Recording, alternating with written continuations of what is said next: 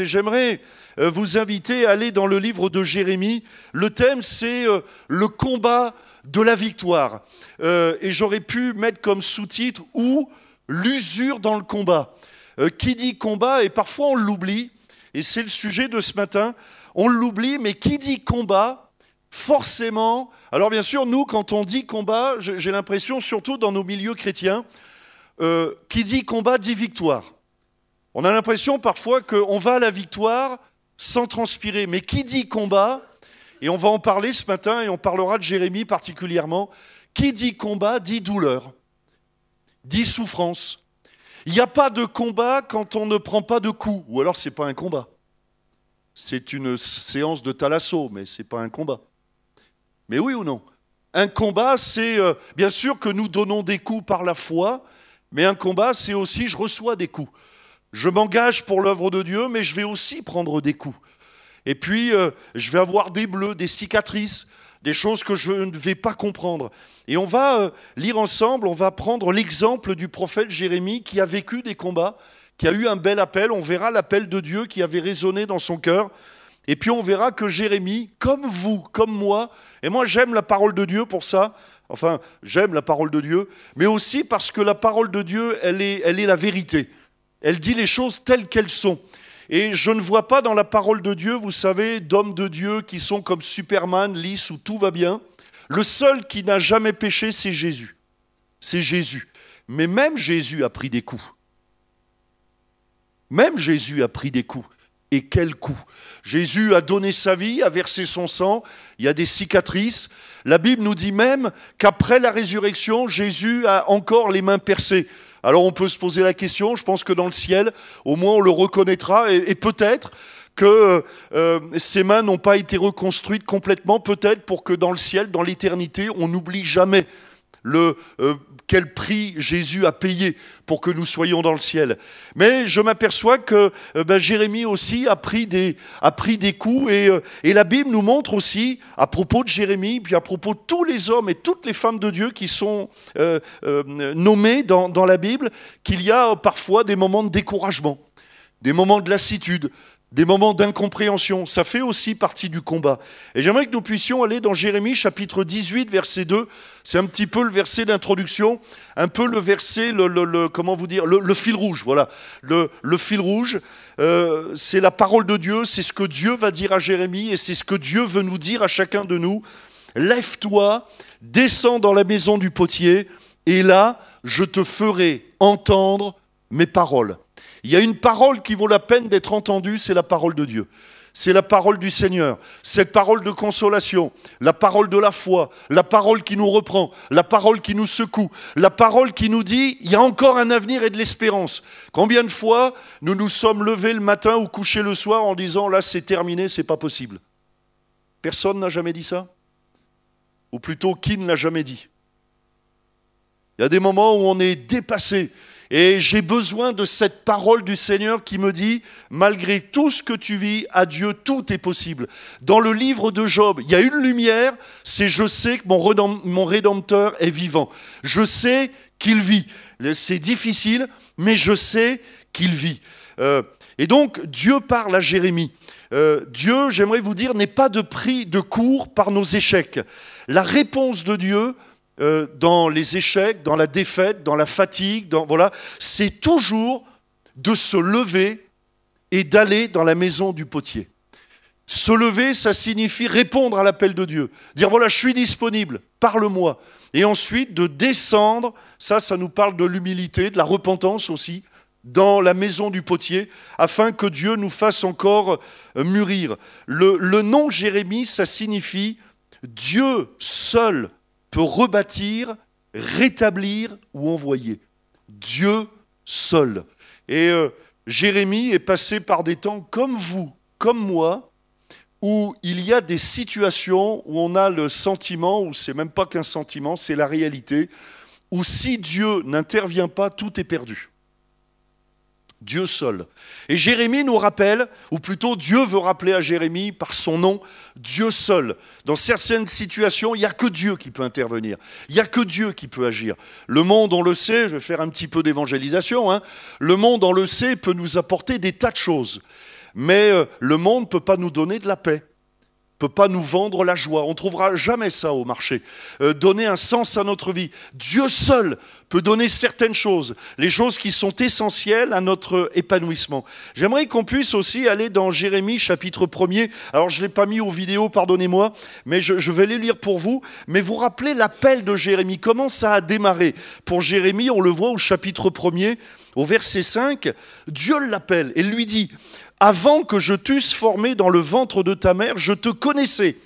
Et avant que tu fusses sorti de son sein, je t'avais consacré. Je t'avais établi prophète des nations. Quelle grâce! Ça veut dire qu'avant même notre naissance, Dieu nous connaissait. Dieu avait déjà formé des projets de paix sur chacun d'entre nous.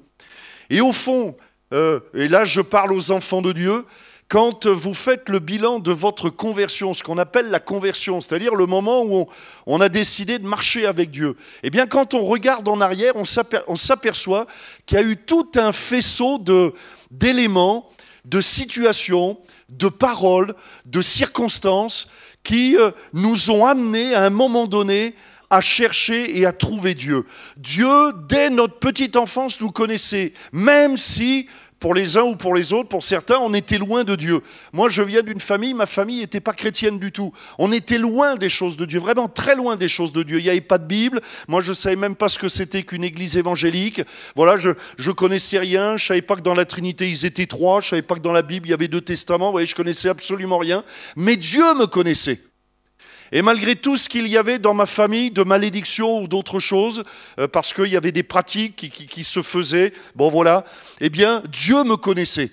Et Dieu avait déjà formé des projets. Alors ça nous rassure. Et Jérémie, j'imagine, quand Dieu lui dit, il est encouragé. Il dit, ah ben c'est formidable. Seigneur, tu me connais. Dès le sein de ma mère, quand j'étais dans le ventre de ma mère, tu savais déjà, tu avais déjà décidé de m'établir comme prophète des nations. En plus, prophète des nations, ça le fait, hein.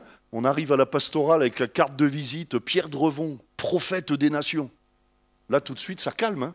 Là, ça fait, on lui fait la haie d'honneur quand il arrive, vous voyez, voilà, prophète des nations, un bel appel, un grand appel. Et il peut supposer que derrière, et comme quand Dieu nous a interpellés, nous appelle à un service ou à un autre, on peut s'imaginer, mais tout va bien aller. Dieu va mettre un commando d'anges autour de moi pour me garder. Les ennemis vont reculer. Rien qu'à l'annonce de mon nom, quand on dit Pierre Drevon, tout le monde recule. Vous voyez, Jérémie devait s'imaginer, mais ça va être formidable. Et peut s'imaginer toute la bénédiction qui va avec. Et puis il y a le verset 18 et 19, toujours au chapitre 1er, qui fait partie de cet appel. Encore un encouragement de Dieu. Voici, je t'établis en ce jour sur tout le pays comme une ville forte. À lui tout seul. Dieu lui dit, tu seras comme une ville forte, un homme. Comme une ville forte, une colonne de fer et un mur d'airain contre les rois de Juda, contre ses chefs, contre ses sacrificateurs et contre le peuple du pays. Mais bon, lisez le verset 19, ça va avec. Ils te feront la guerre. Ah. Mais ils ne te vaincront pas. Ah. Car je suis avec toi pour te délivrer, dit l'Éternel. Amen. Et donc voilà l'appel qui résonne dans le cœur de Jérémie. Et Jérémie, il vit dans un contexte, d'ailleurs Dieu l'a quand même averti. Hein. Regardez, je t'établis sur tout le pays contre. On est étonné, contre les rois de Juda.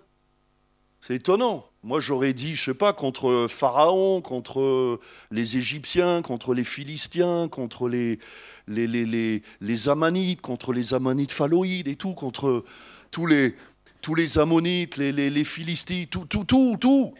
Mais non, enfin oui aussi, mais les rois de Juda, c'est les rois de lui, quoi. Les rois de Juda, de son pays, contre ses chefs, contre ses sacrificateurs et contre le peuple du pays. C'est-à-dire que Dieu lui dit, il y aura des combats, même au sein du peuple. Tu auras à t'affronter contre tes frères, contre tes sœurs. Tu auras à t'affronter contre les gens du peuple. Et en effet, Jérémie va vivre dans un contexte de tiédeur spirituelle. Et Jérémie va va prendre des coups. Et quand on lit d'ailleurs le livre de Jérémie, et puis ce qui suit après, les lamentations de Jérémie, ça ne donne pas envie de le lire, hein. Les lamentations de Jérémie. Nous, avec un appel comme ça, on aurait pu s'attendre à ce qu'il y ait, je ne sais pas, les réjouissances de Jérémie. Mais il va écrire, parfois il arrive à des temps de tellement découragement, il va écrire, rien que le titre, hein, c'est évocateur, ça donne envie de lire. Hein.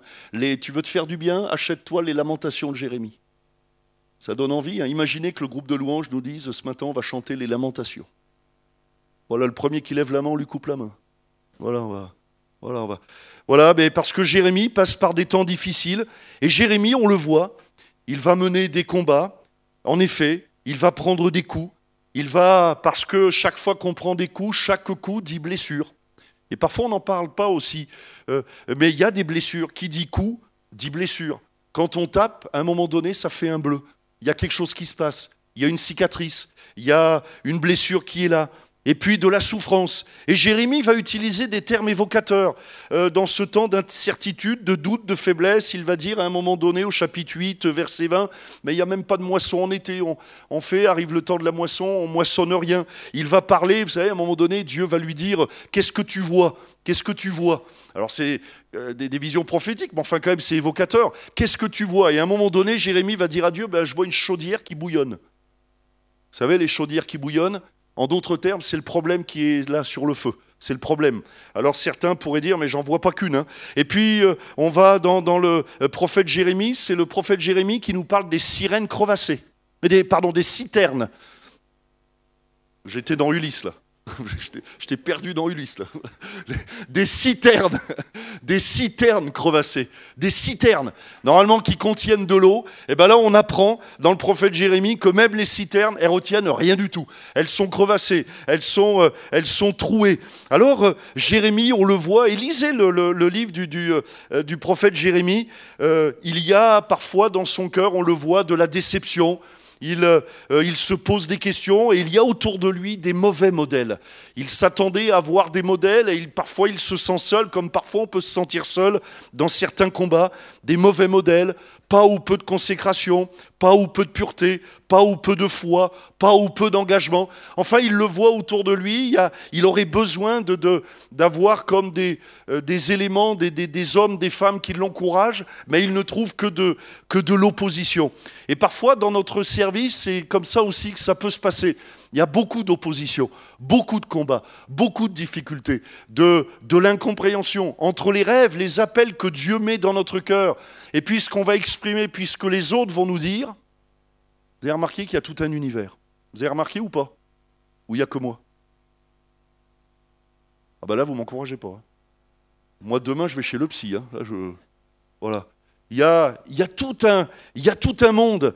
Et il est appelé à une mission, et parfois la mission, ça devient une montagne. Dieu m'appelle à quelque chose, mais comment je vais faire ? Et Jérémie, moi je l'aime bien Jérémie, parce qu'il dit tout haut ce que parfois on pense tout bas. Il est loin de la figure idéaliste. Vous savez, parfois on idéalise la vie de l'enfant de Dieu. On idéalise, voilà, je me donne à Dieu, tout va bien aller. Je vais servir Dieu, c'est formidable. Je vais arriver à l'église, ils vont me mettre le tapis rouge. Je vais enseigner aux enfants, ils vont parler aux langues avant que je leur prêche l'évangile. Vous voyez, je vais parler aux chrétiens, ils vont donner leur dîme avant même qu'ils soient... Non, mais c'est pas ça la réalité. La réalité, c'est qu'il y a des combats, il y a des difficultés, il y a de l'incompréhension. Il y a parfois des cœurs en face qui peuvent être durs. Et puis le nôtre aussi peut être dur.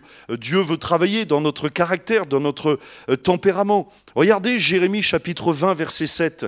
Il fait un cœur à cœur avec Dieu. Et il va dire à Dieu, tu m'as persuadé, Éternel. Et je me suis laissé persuader, tu m'as saisi et tu m'as vaincu. Et je suis chaque jour un objet de raillerie. Tout le monde se moque de moi. Vous voyez, Jérémie, à un moment donné, on a l'impression que dans ses paroles, il regrette. Comme s'il regrettait. Il disait, mais à quoi ça sert ? Voilà, je t'ai donné ma vie, je t'ai consacré ma vie, moi j'ai dit oui, voilà, j'ai dit oui, tu m'as appelé, je t'ai dit oui, voilà. Et puis il dit, maintenant je suis un objet de raillerie, tout le monde se moque de moi. Et même dans la version parole de vie, on pourrait traduire par, au début, là, tu m'as saisi, tu m'as trompé. Il dit ça, il aurait pu dire, tu m'as trompé, ou alors j'ai pas compris, je ne m'attendais pas à ça. Et parfois, dans le service pour Dieu, on ne s'attend pas à certaines choses. On s'attend à ce qu'il y ait évidemment du fruit, beaucoup de fruits, si possible, en abondance. Mais on aime, et je le vois bien, pas qu'ici, mais dans le monde chrétien, je veux dire, on parle de combat, on parle de victoire, mais osons parler des coups. Osons parler des coups qu'on prend. Osons parler des blessures. Osons parler des blessures qui sont parfois ouvertes. Parfois, osons parler des difficultés, de la tristesse, et parfois même de l'incompréhension. Vous n'avez jamais eu d'incompréhension dans votre vie depuis que vous marchez avec Dieu? Tout est clair, limpide. Hein?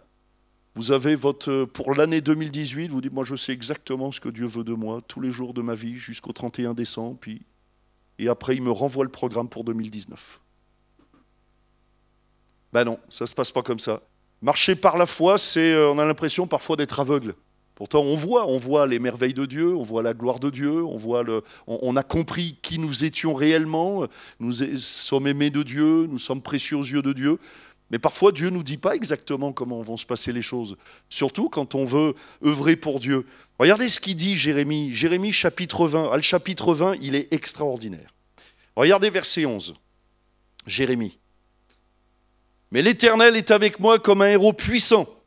C'est pourquoi mes persécuteurs trébucheront et ne vaincront pas. Ils auront bien honte de n'avoir pas réussi. Ce sera une confusion éternelle qui ne s'oubliera pas. Il est bon, Jérémie, hein? Là, je suis sûr, Pierre Drevant, il entend ça, il dit, mais toi, tu vas rentrer dans le groupe de louanges, là. Puis mardi prochain, tu vas prêcher à l'évangélisation. Là, c'est bon, ça. Hein? Il est bien, ce Jérémie, là. Regardez, verset 13. Chantez à l'Éternel, louez l'Éternel, car il délivre la vie du pauvre de la main de ceux qui font le mal. C'est formidable, hein? Regardez le verset 14. Maudit soit le jour où je suis né. Alors, comment te dire, Jérémie? Comment te dire les choses pour ne pas te peiner? La première strophe était bien. C'était bien ce que tu disais, mais là, maudit soit le jour, c'est au verset 14, hein, le même chapitre. Que le jour où ma mère m'a enfanté ne soit pas béni. Maudit soit l'homme qui porta cette bonne nouvelle à mon père. Il tenait un enfant mâle et qui le combla de joie. En fait, Jérémie, il vit ce que nous vivons. L'être humain, il est complexe. C'est compliqué. Regardez par exemple le roi David, il est capable du meilleur, mais il a aussi été capable du pire. Et parfois il y a et même toujours, cette dualité en nous. Il y a les désirs de l'esprit de Dieu, qui nous poussent dans la prière, dans la pureté, dans la sainteté, dans la consécration. Il y a ces temps de louange où on lève nos bras, tout ça, même j'allais dire parfois, comprenez-le bien, groupe de louange, hein, je ne me moque pas, mais c'est parce que parfois je réfléchis. Mais vous savez, on lève nos mains, on lève nos pieds, on lève nos cœurs, ça, bon, voilà. Et puis dès qu'on fait un appel pour le ménage, alors là, il n'y a plus de balai, il n'y a pas d'appel. Vous voyez, il y a cette dualité. On est capable du meilleur, et comprenez bien, Jérémie, il est comme nous, quand il dit chantez à l'Éternel, il est sincère. On ne peut pas dire qu'il y a de l'hypocrisie. Il n'est pas menteur, il dit ce qu'il pense, comme nous ce matin on a loué Dieu et on est sincère, on aime le Seigneur, on l'aime certainement pas parfaitement comme il faudrait, mais quand même on aime le Seigneur.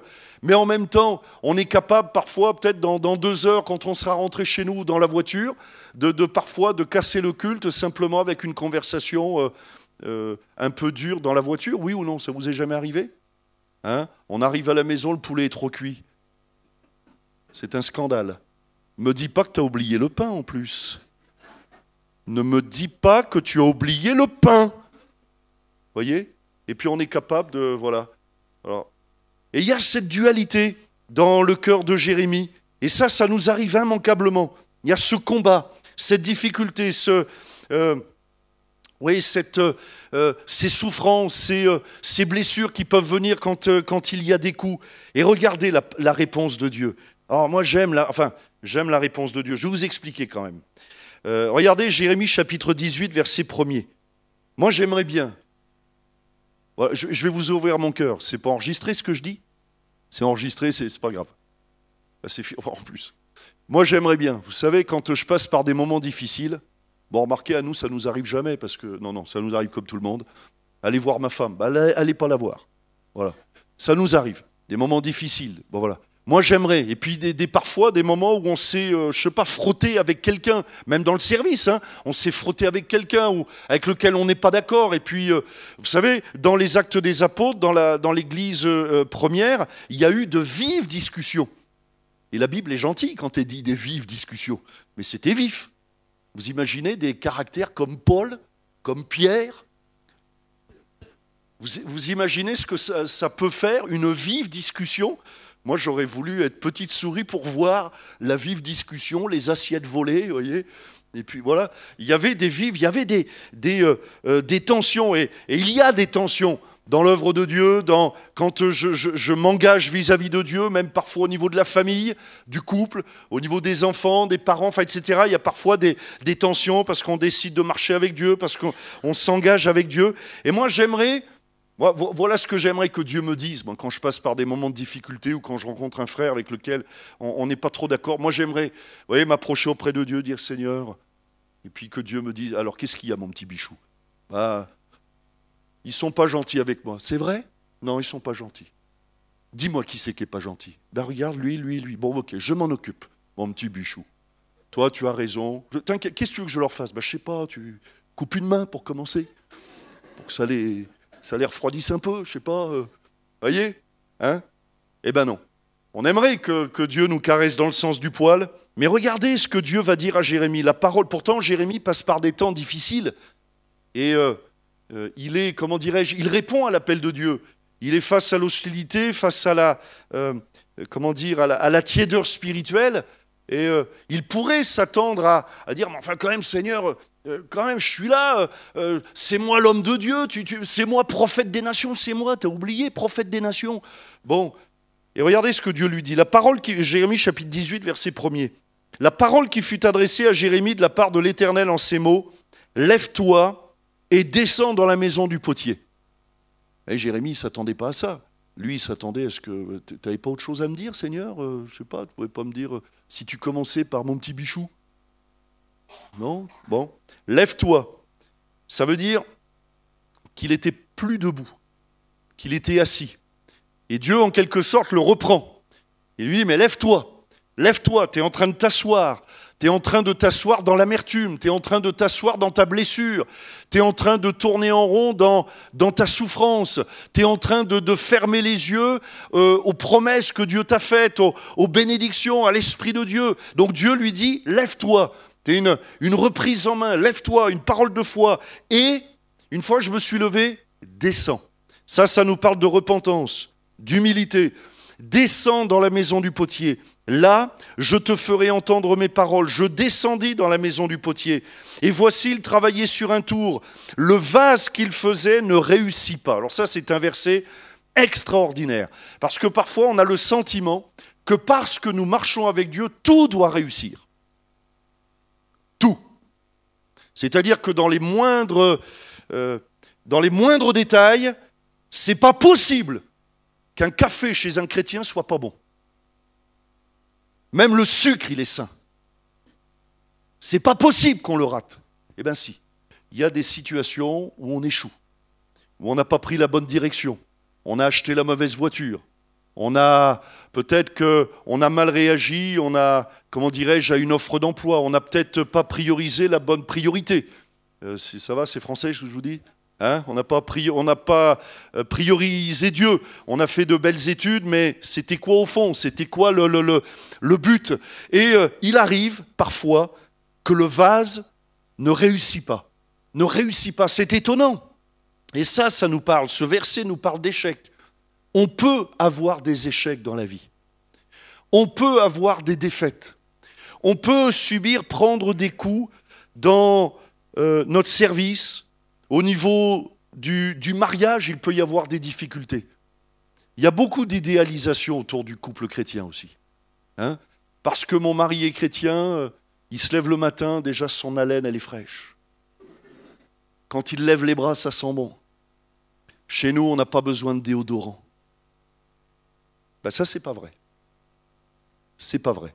Quand on se lève le matin, qu'on se met devant le miroir, votre miroir, vous savez, comme ça me fait penser à la... C'est comment le conte, là c'est Blanche-Neige, là, vous savez, la reine, elle voulait pas se voir dans le miroir. Hein. Hein, dis-moi qui est la plus belle.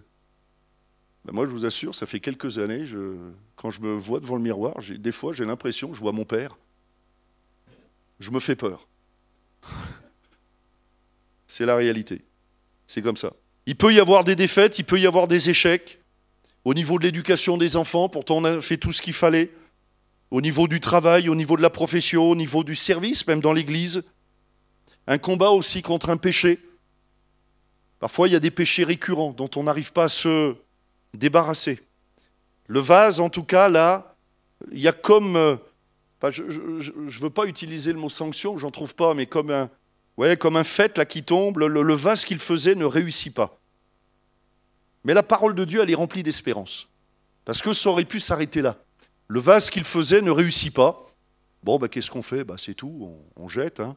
C'est parce qu'on vit dans une société comme ça. Hein. Si ça ne marche pas, mais il y en a 10 000 qui attendent. Hein. C'est un peu ça. Hein. Mais dans l'œuvre de Dieu, vous savez, dans l'œuvre de Dieu, personne n'est irremplaçable. Personne n'est remplaçable. C'est plus ça que je voulais. Dans l'œuvre de Dieu, ce à quoi je suis appelé, ce n'est pas quelqu'un d'autre qui le fera. Vous voyez, on vit dans un monde du Kleenex. Vous voyez, on a des Kleenex, le mouchoir, dès qu'il est utilisé, on le jette. Mais dans la poche de Dieu, il n'y a pas de Kleenex. Nous sommes précieux. D'ailleurs, sur la poitrine du souverain sacrificateur, c'était 12 pierres précieuses qu'il y avait, qui sont irremplaçables, qui ne sont pas interchangeables. Chaque pierre, et chaque pierre, c'est nous, ses enfants. Nous sommes précieux aux yeux de Dieu. Et donc, ça aurait pu s'arrêter là. Bon, le vase qu'il faisait, ça ne réussit pas.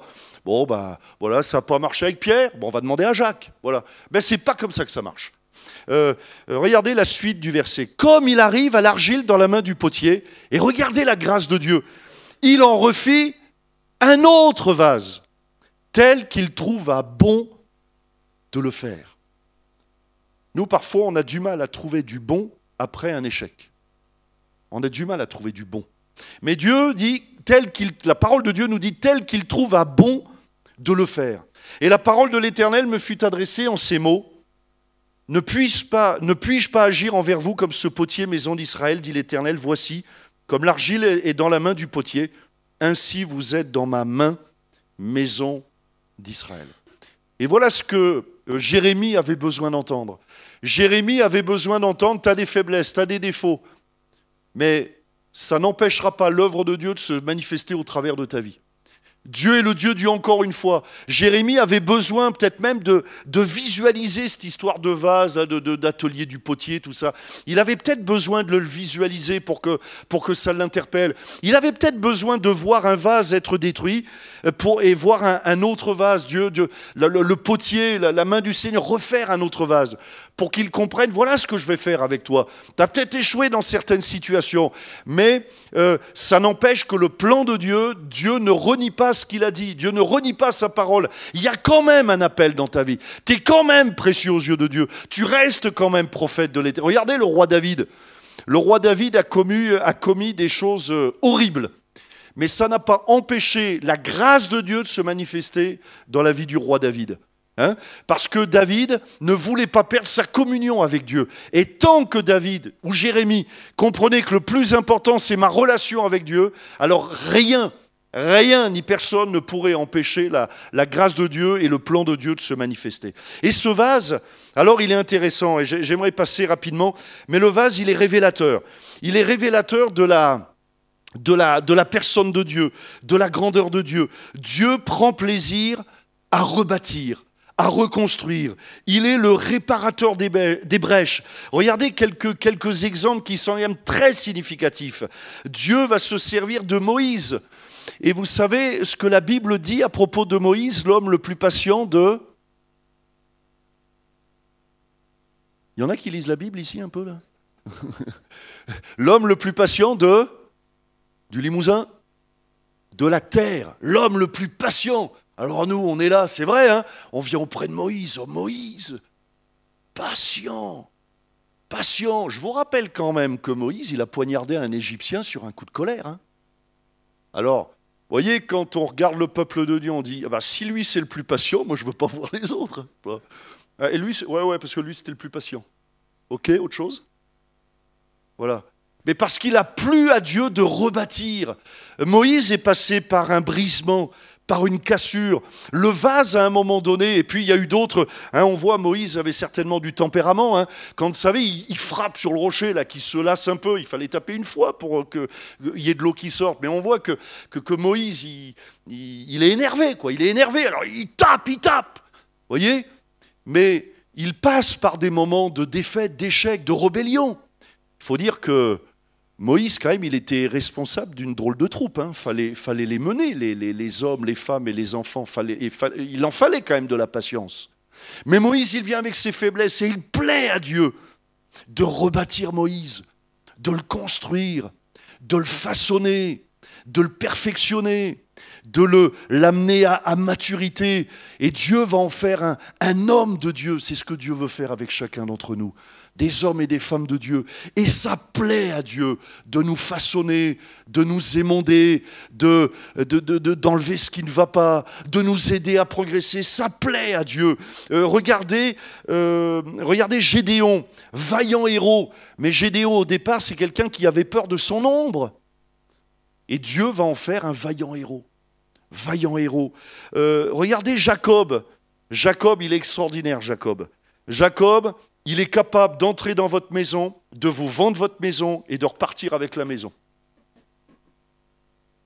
Ah, il est très fort, Jacob. Jacob, c'est le malin, quoi. Bon. Et Dieu va rebâtir Jacob, va en faire et lui dira, ton nom sera prince en Israël.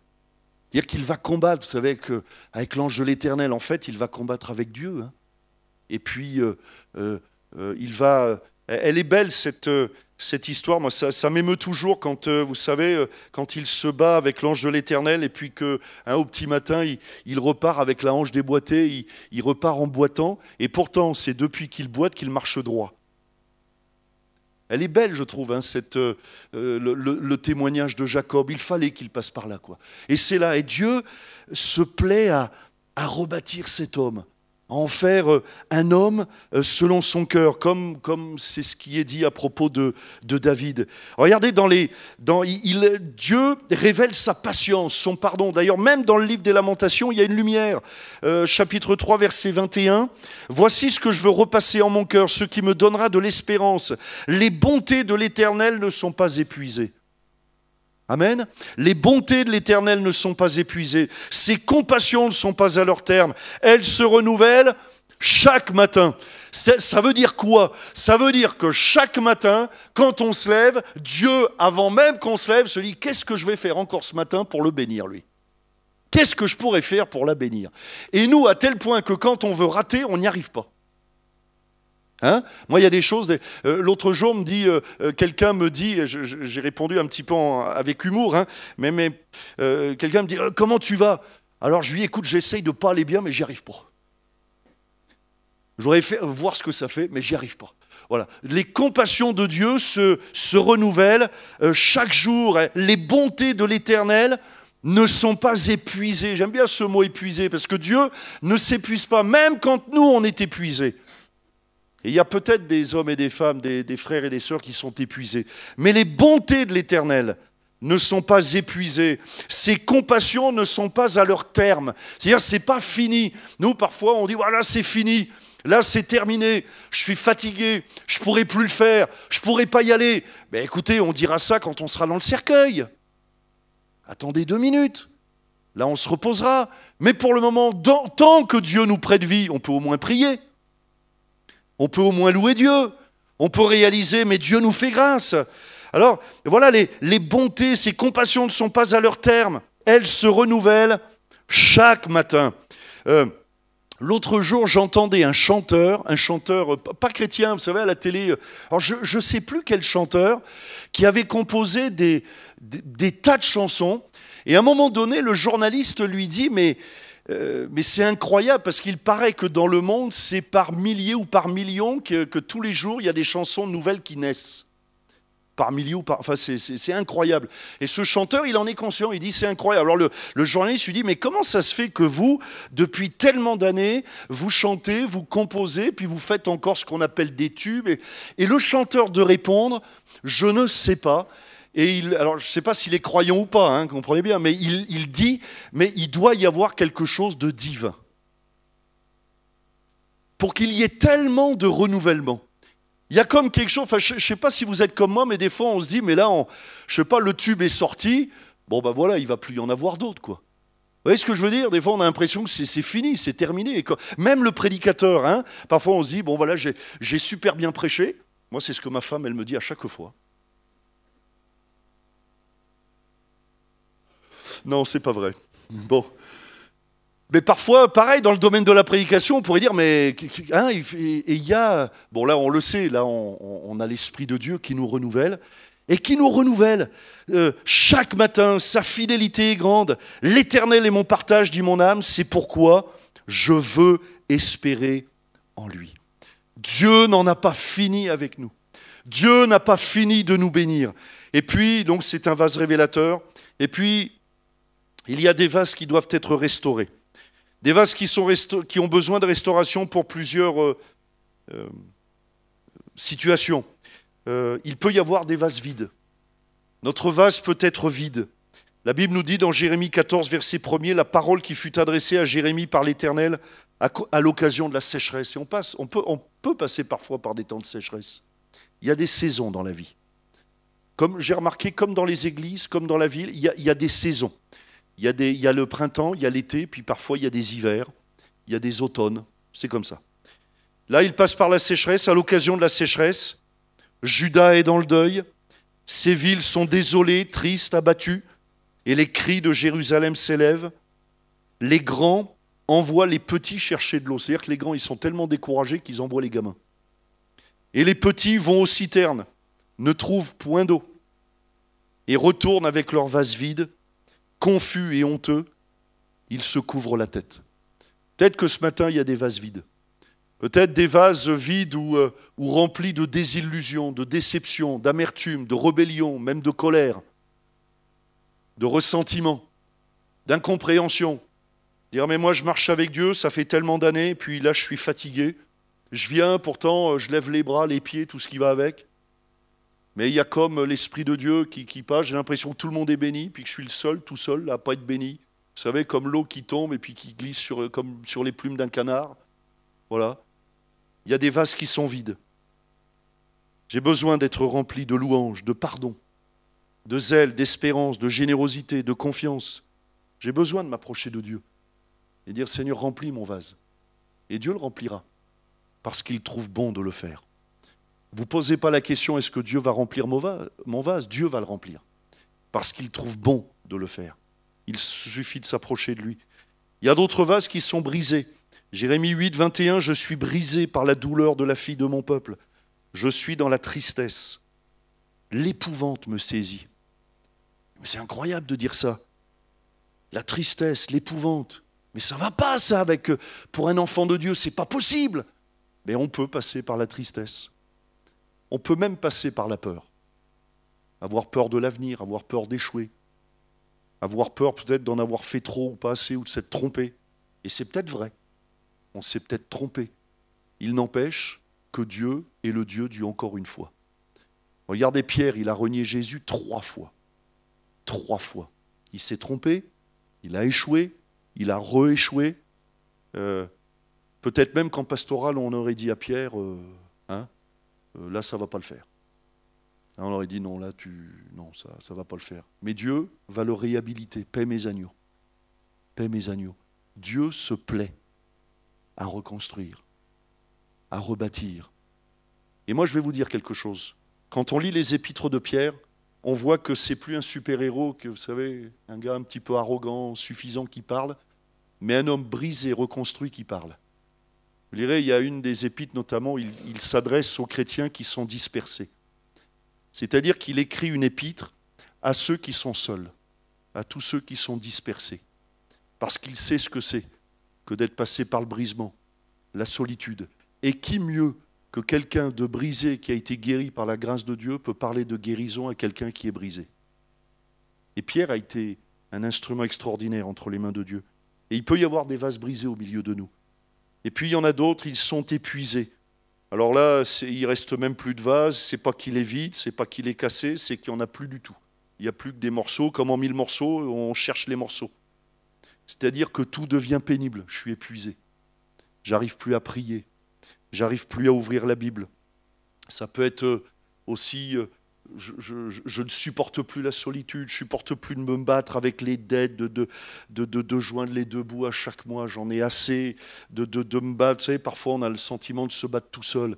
Et il y a des situations, on a parfois ce sentiment quand on est sur le lieu du travail. Vous savez, quand on est dans le domaine du travail, ben là on peut se dire, mais elle est où l'église là? Elle est où l'église là? Je suis tout seul? Ou la femme seule qui élève ses enfants, et puis le mari qui ne marche pas avec Dieu ou qui l'a abandonné. Parfois des situations où on est seul, ou face à la maladie, on n'y peut rien. Parfois on est seul et il y a des vases qui sont épuisés, qui ont besoin de la grâce de Dieu. Et puis le dernier vase, c'est le vase rebelle. Le vase rebelle, c'est celui qui ne veut pas se plier devant Dieu. Au chapitre 18, verset 12, c'est ce vase qui dit « C'est sans espoir, car nous suivrons nos idées. Nous agirons chacun selon l'obstination de notre mauvais cœur. » Oui, mais là, pour le coup, ça va aller dans la mauvaise direction. Il y a des vases rebelles. Mais en tout cas, moi je remarque que même le vase rebelle, il peut se laisser remplir par la grâce de Dieu. C'est formidable, hein? Parce qu'après tout, la parole de Dieu aurait pu ne pas en parler des vases rebelles. Dire, oh non, là, on va déjà ceux qui sont blessés, qui ont besoin de restauration, qui sont cassés, qui sont vides, qui sont épuisés, mais le rebelle, eh ben non. Le rebelle, il est dans la même catégorie des vases qui doivent être restaurés. Et Dieu se plaît à restaurer. Dieu se plaît à renouveler. Dieu se plaît à nous remplir. Dieu est le Dieu du encore une fois. Et puis je termine avec le nom de Jérémie. Jérémie, ça signifie Dieu seul peut rebâtir, rétablir, envoyer. Et ce matin, c'est de Dieu que tu as besoin. Ce matin, on est tous comme des vases. On est tous comme des vases. Il y a des vases qui sont remplis de la grâce de Dieu, qui sont dans la bénédiction. Il y a des vases qui sont fatigués, des vases qui sont vides. Il y a des vases qui sont brisés. Quand on est brisé, on ne peut pas retenir la bénédiction. On a besoin de guérison. Parce que de toute façon, tant que tu ne seras pas guéri, tu ne pourras pas remplir ton vase. C'est comme ça. J'ai besoin de guérison. Et puis il y a des vases qui sont peut-être épuisés, lassés, fatigués. Je vais demander au groupe de louanges de revenir. Et j'aimerais qu'on puisse se placer devant Dieu, simplement. Qu'on puisse, voilà, comme des vases que nous sommes, voilà, on veut s'approcher de Dieu. On veut laisser la grâce de Dieu nous restaurer. Il y a besoin de guérison aussi parfois. Besoin de guérison. Besoin de renouvellement. Pour certains, il y a besoin du baptême dans le Saint-Esprit pour te permettre d'aller plus loin. Besoin de renouvellement. On veut prier quelques instants. Notre bon Père Céleste, nous nous approchons de toi avec foi et comme ta parole nous le dit, nous y invite, lève-toi et descends dans l'atelier du potier. Là, je te ferai entendre mes paroles. Et ce matin, on a besoin d'entendre cette parole qui vient du ciel, la parole de la consolation, la parole de l'Esprit, de ton Esprit, la parole de la bénédiction, la parole qui nous conduit sur le chemin de la victoire, parce que le véritable combat en toi nous mène à la victoire, parce que toi, tu es victorieux. Et je te prie de nous aider à nous laisser renouveler par ton Esprit. Je réclame, Seigneur, l'effusion du Saint-Esprit dans ce lieu.